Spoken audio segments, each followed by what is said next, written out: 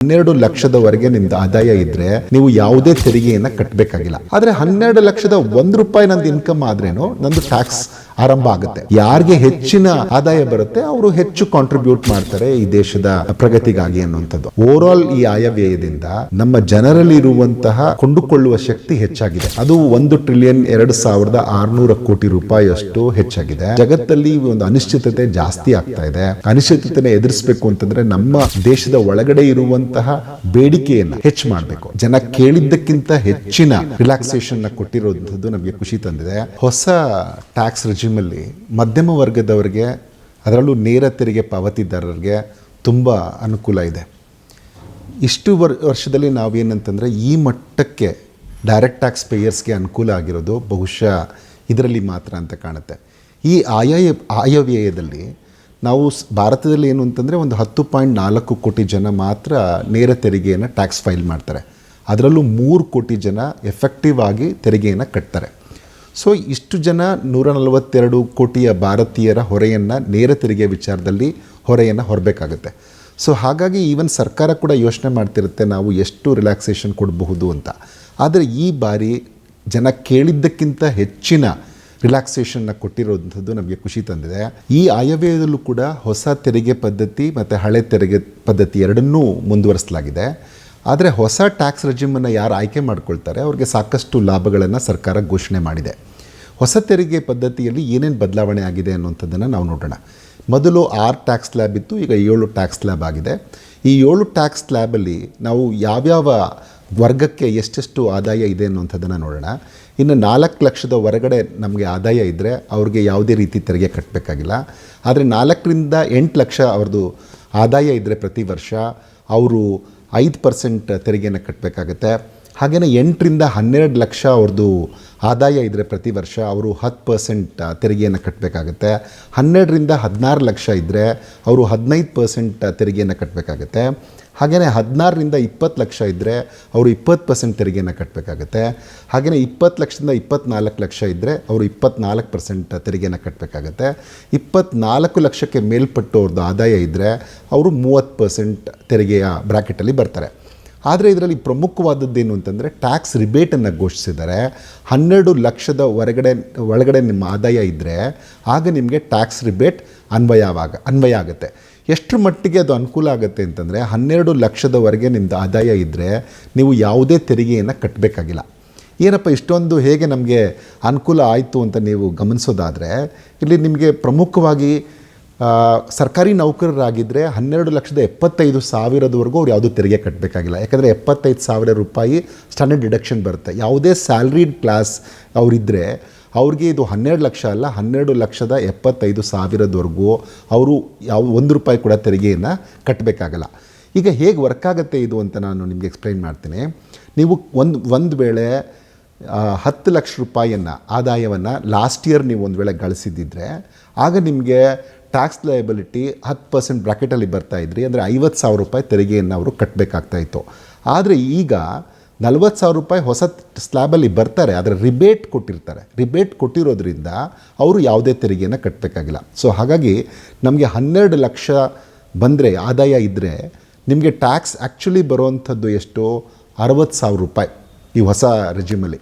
ಆದರೆ 60,000 ರೂಪಾಯಿ ರಿಬೇಟ್ ಸರ್ಕಾರ ಕೊಟ್ಟಿದೆ. ಹಾಗಾಗಿ 12 ಲಕ್ಷದವರೆಗೂ ಯಾವುದೇ ತೆರಿಗೆಯನ್ನು ಕಟ್ಟಬೇಕಾಗಿಲ್ಲ. ಸೊ ಎಷ್ಟು ಅನುಕೂಲ ಆಗುತ್ತೆ ಇದರಿಂದ ಅನ್ನೋಂಥದ್ದನ್ನು ನಾನು ನಿಮಗೆ ಇನ್ನಷ್ಟು ಸರಳವಾಗಿ ಎಕ್ಸ್ಪ್ಲೈನ್ ಮಾಡೋಕ್ಕೆ ಟ್ರೈ ಮಾಡ್ತೀನಿ. ಈಗ ಕಳೆದ ವರ್ಷ ನನಗೆ 12 ಲಕ್ಷ ನಂದು ಆದಾಯ ಇದ್ದಿದ್ದರೆ ನನಗೆ 80,000 ರೂಪಾಯಿ ನಾನು ತೆರಿಗೆ ಕಟ್ಟಬೇಕಾಗಿತ್ತು.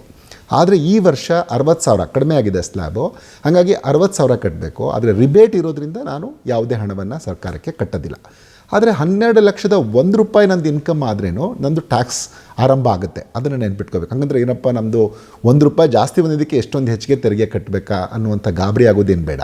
ಅಲ್ಲೇನು ಅಂತಂದರೆ ನೀವು 12 ಲಕ್ಷಕ್ಕೆ ಮೇಲ್ಪಟ್ಟು ಎಷ್ಟು ಹಣ ಗಳಿಸ್ತೀರ ಅದರ ಮೇಲೆ ನೀವು ತೆರಿಗೆಯನ್ನು ಕಟ್ಟಬೇಕಾಗತ್ತೆ. ಉದಾಹರಣೆಗೆ ನಾವೀಗ 13 ಲಕ್ಷಕ್ಕೆ ತೊಗೊಳ್ಳೋಣ. 13 ಲಕ್ಷಕ್ಕೆ ತೊಗೊಂಡ್ರೆ ಟ್ಯಾಕ್ಸ್ ಲಯಬಿಲಿಟಿ ಎಷ್ಟು ಬರುತ್ತೆ ಅಂತಂದರೆ 75,000 ಬರುತ್ತೆ. 75,000 ಬಂದ್ರೂ ನೀವು ಕಳೆದ ವರ್ಷಕ್ಕೆ ಹೋಲಿಸಿದ್ರೆ ನೀವು 25,000 ಲಾಭ ಮಾಡ್ತಿದ್ದೀರಿ. ಅಂದರೆ 25,000 ಉಳಿಸ್ತಾ ಇದ್ದೀರಾ. ಸೊ ಇದು ಅಡ್ವಾಂಟೇಜ್ ಇರುತ್ತೆ. ಇನ್ನು ಮ್ಯಾಕ್ಸಿಮಮ್ ನಮಗೆ ನೀವು ಗಮನಿಸಿದ್ರೆ ಒಂದು 4 ಲಕ್ಷ ನನಗೆ ಇನ್ಕಮ್ ಬರುತ್ತೆ ಅಂತ ಇಟ್ಕೊಳ್ಳಿ. ನನಗೆ 24 ಲಕ್ಷ ಇನ್ಕಮ್ ಬಂದರೆ ಆಗ ನನಗೆ 1.1 ಲಕ್ಷದಷ್ಟು ನನಗೆ ಸೇವಿಂಗ್ಸ್ ಆಗುತ್ತೆ ಕಳೆದ ವರ್ಷಕ್ಕೆ ಹೋಲಿಸಿದ್ರೆ ಅನ್ನೋವಂಥದ್ದು. ಆಗ tax liability around 3 lac rupees ನನಗೆ ಬರೋಕ್ಕೆ ಸಾಧ್ಯತೆ ಇರುತ್ತೆ.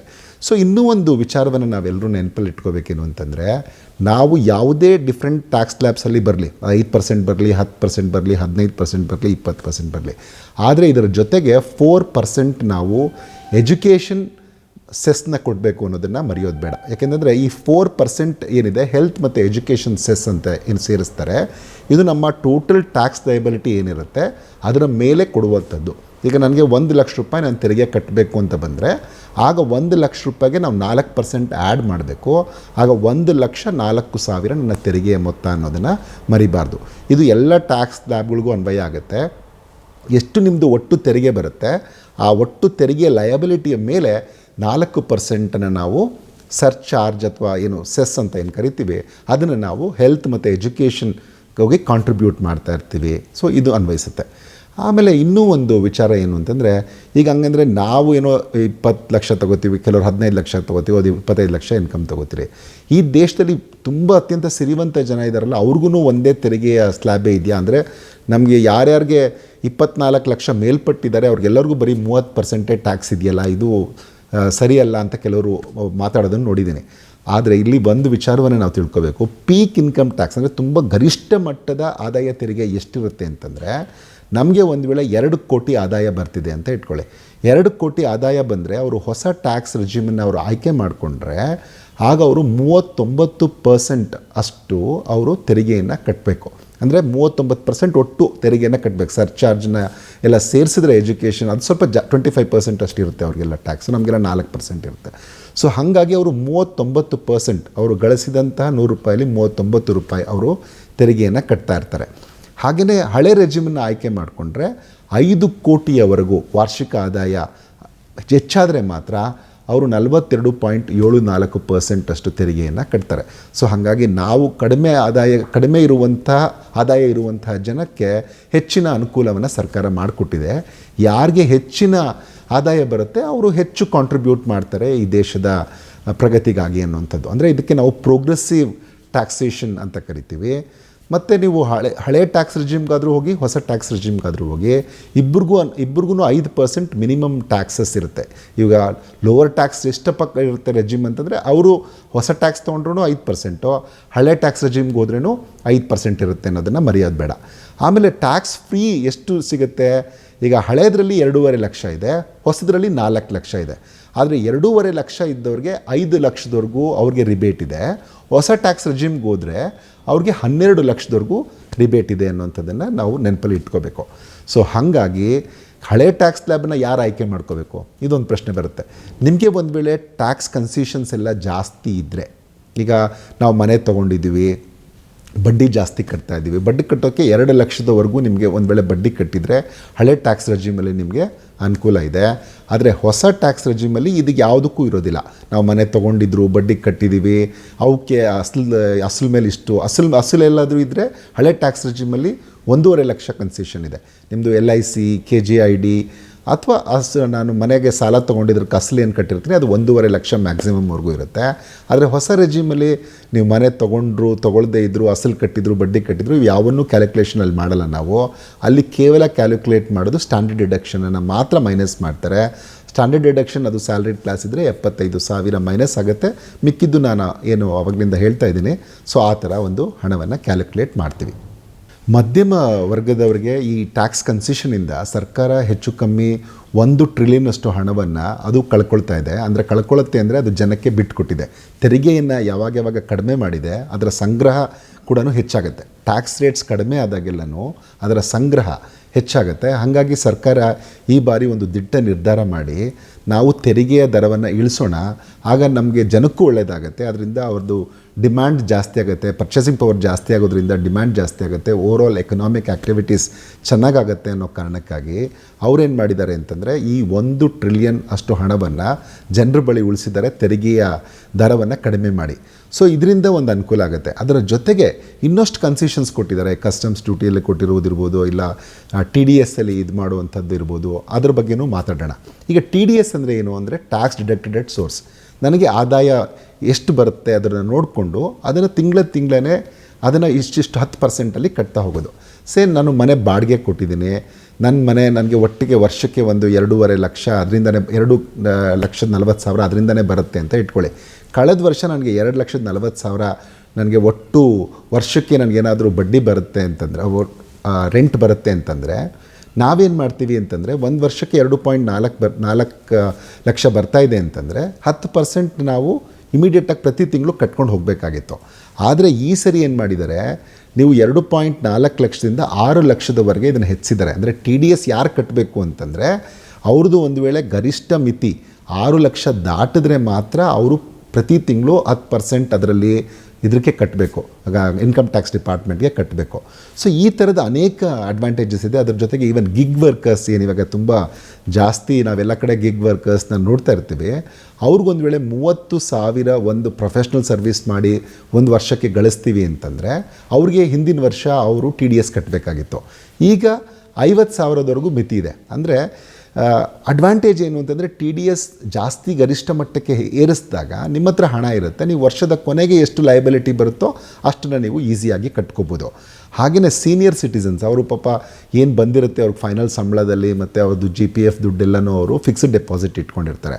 ಆದರೆ ಅವ್ರಿಗೊಂದು ವೇಳೆ ಅದು 1 ಲಕ್ಷದವರೆಗೂ ಇಂಟ್ರೆಸ್ಟು ಅಕ್ಯುಮುಲೇಟ್ ಆಗಲ್ಲ ಅಂತ ಅಂದ್ಕೊಂಡ್ರೆ ಅವರು ಈಗ TDSನ ಕಟ್ಟಬೇಕಾಗಿಲ್ಲ ಪ್ರತಿ ತಿಂಗಳು. ಆನಂತರ ವರ್ಷದ ಕೊನೆಯಲ್ಲಿ 1 ಲಕ್ಷ ತಲುಪಿದರೆ ಅವರು ಅದು ಎಷ್ಟು ಬರುತ್ತೆ ಅದನ್ನು ಅವರು ನೋಡಿ ಕಟ್ಬೋದು. ಆಮೇಲೆ ಇನ್ನೂ ಒಂದೇನೆಂದರೆ ಸೆಲ್ಫ್ ಆಕ್ಯುಪೈಡ್ ಪ್ರಾಪರ್ಟಿ. ಈಗ ನಾನು ಈ ಮನೆ ನಂದು ಮನೆ ಇದಾಗಿದ್ದರೆ ಆಗ ನಾನೇನು ಮಾಡಬೇಕು, ಅದಕ್ಕೆ ಟ್ಯಾಕ್ಸ್ನ ವ್ಯಾಲ್ಯೂಯೇಷನ್ಗೆ ನಿಲ್ ಅಂತ ತೋರಿಸ್ತಾ ಇದೆ ಇನ್ಕಮ್ ಟ್ಯಾಕ್ಸ್ ಡಿಪಾರ್ಟ್ಮೆಂಟಲ್ಲಿ. ಒಂದು ವೇಳೆ ನನಗೆ ವರ್ಗಾವಣೆಯಾಗಿ ನಾನು ಬೇರೆ ಊರಿಗೆ ಹೋದರೆ ನಾನು ಅಲ್ಲಿ ಬಾಡಿಗೆ ಮನೆಯಲ್ಲಿ ಇದ್ದದ್ದನ್ನು ತೋರಿಸಿದ್ರೆ ಮಾತ್ರ ಇಲ್ಲಿನ ವ್ಯಾಲ್ಯೂಯೇಷನ್ ನಿಲ್ ಅಂತ ತೋರಿಸ್ಬೋದಾಗಿತ್ತು. ಏಕೆಂದರೆ ಇಲ್ಲಿನೂ ಏನಾಗುತ್ತೆ, ಅನೇಕ ಬಾರಿ ಏನಾಗುತ್ತೆ, ಕೆಲಸಕ್ಕೆ ಬೇರೆ ಊರಿಗೆ ಹೋದಾಗ ಫ್ಯಾಮಿಲಿ ಅಲ್ಲೇ ಬಿಟ್ಟು ಹೋಗ್ತಾರೆ ಸಾಮಾನ್ಯ, ಅವರಲ್ಲಿ ಇನ್ನೊಂದು ಮನೆಯಲ್ಲಿ ಬಾಡಿಗೆಗೆ ಇರ್ತಾಯಿದ್ರು. ಸೊ ಆವಾಗ ಅಡ್ವಾಂಟೇಜ್ ಆಗ್ತಾಯಿತ್ತು. ಒಂದು ವೇಳೆ ಅಲ್ಲೊಂದು ಮನೆ ತೊಗೊಂಡಿದ್ದಾರೆ ಅಂತ ಇಟ್ಕೊಳ್ಳೋಣ, ಅಲ್ಲಿ ಹೋಗ್ತಾರೆ, ಅಲ್ಲಿನ ಯಾವುದೋ ಒಂದು ರೀಸನಬಲ್ ರೇಟ್ಗೆ ಒಂದು ಪ್ರಾಪರ್ಟಿ ಸಿಗುತ್ತೆ, ಅಲ್ಲಿನೂ ಅವ್ರು ಇರ್ತಾರೆ, ಇಲ್ಲಿ ಫ್ಯಾಮಿಲಿ ಮೆಂಬರ್ಸ್ ಇರ್ತಾರೆ, ಅಥವಾ ಇಲ್ಲಿ ಬಾಗಿಲು ಹಾಕ್ಕೊಂಡು ನಾವು ಬಂದಾಗಿರೋಣ ಅಂತಲೂ ಇಟ್ಟಿರ್ಬೋದು. ಸೊ ಇಂಥ ಸನ್ನಿವೇಶದಲ್ಲಿ ತೊಂದರೆ ಆಗ್ತಾಯಿತ್ತು. ಹಾಗಾಗಿ ಈ ಬಾರಿಯ ಆಯವ್ಯಯದಲ್ಲಿ ಏನು ಮಾಡಿದ್ದಾರೆ, 2 ಸ್ವಂತ ಮನೆಗಳಿದ್ದರೆ ಅವುಗಳ ವ್ಯಾಲ್ಯೂಯೇಷನ್ ನಾವೇ ವಾಸ ಮಾಡ್ತಾ ಇದ್ದರೆ ಆಗ ಅದರ ವ್ಯಾಲ್ಯೂಯೇಷನ್ನ ನಿಲ್ ಅಂತ ಮಾಡಿದ್ದಾರೆ. ಸೊ ಇದು ಕೂಡ ತುಂಬ ಅಡ್ವಾಂಟೇಜ್ ಆಗಿರುತ್ತೆ ಜನಸಾಮಾನ್ಯರಿಗೆ. ಸೊ ಇನ್ನು ಒಂದು ಪ್ರಮುಖವಾದ ವಿಚಾರ ನಾನು ಏನು ಹೇಳಬೇಕಿಲ್ಲಿ ಅಂತಂದರೆ, ಓವರಾಲ್ ಈ ಆಯವ್ಯಯದಿಂದ ನಮ್ಮ ಜನರಲ್ಲಿರುವಂತಹ ಕೊಂಡುಕೊಳ್ಳುವ ಶಕ್ತಿ ಹೆಚ್ಚಾಗಿದೆ. ಅದು 1,02,600 ಕೋಟಿ ರೂಪಾಯಿಯಷ್ಟು ಹೆಚ್ಚಾಗಿದೆ. ಸೊ ಹಾಗಾಗಿ ನಾವು ಪ್ರೊಪೆನ್ಸಿಟಿ ಟು ಕನ್ಸ್ಯೂಮ್ ಎಷ್ಟಿದೆ ಅಂತ ಲೆಕ್ಕ ಹಾಕಿದ್ರೆ ಒಂದು 0.5% ಇದೆ ಅಂತ ಲೆಕ್ಕ ಹಾಕೋಣ. ಇನ್ನು 50% ಸೇವ್ ಮಾಡಿ ಇನ್ವೆಸ್ಟ್ ಮಾಡ್ತಾರೆ ಅನ್ನೋದು ಲೆಕ್ಕ ಇಟ್ಕೊಂಡ್ರೆ, ಆ ಇನ್ವೆಸ್ಟ್ ಮಾಡುವ ಹಣ ಏನಿದೆ 50% ನಾವು ಅದನ್ನು ತೊಗೋಬೋದು. ನನಗೇನಿದೆ ಅದಕ್ಕೆ ವಸ್ತುಗಳು ಇಷ್ಟ ಇದೆ ಅದನ್ನು ಬೇಡಿಕೆ ಸಲ್ಲಿಸ್ಬೋದು, ಇಲ್ಲ ಮನೆಗೆ ಸಾಲ ಮಾಡಲಿಕ್ಕೆ ಹೆಚ್ಚು ಇಷ್ಟಪಡ್ಬೋದು, ಇಷ್ಟು ದುಡ್ಡು ಮಿಕ್ಕಿದೆ ಅಂಥೇಳಿ.